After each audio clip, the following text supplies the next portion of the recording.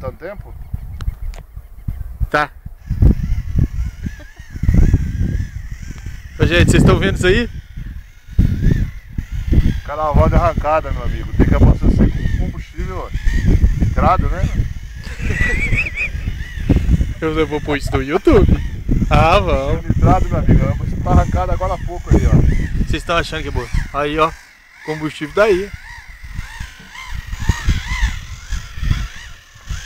É avião, né, cara? Deixa eu ver aqui.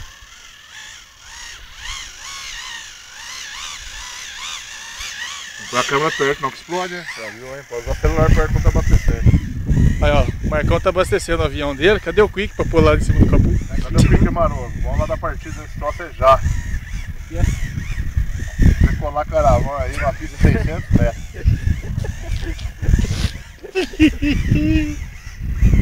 Lá, certinho?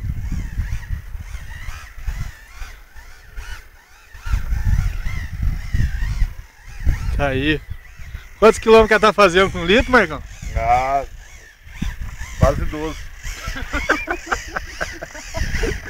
E você resolveu colocar esse combustível aí, Marcão? É, de aumentar a octanagem aí, né? Dar um rendimento 50% de potência no motor. Então tá bom, né? Acabou, viu, gente?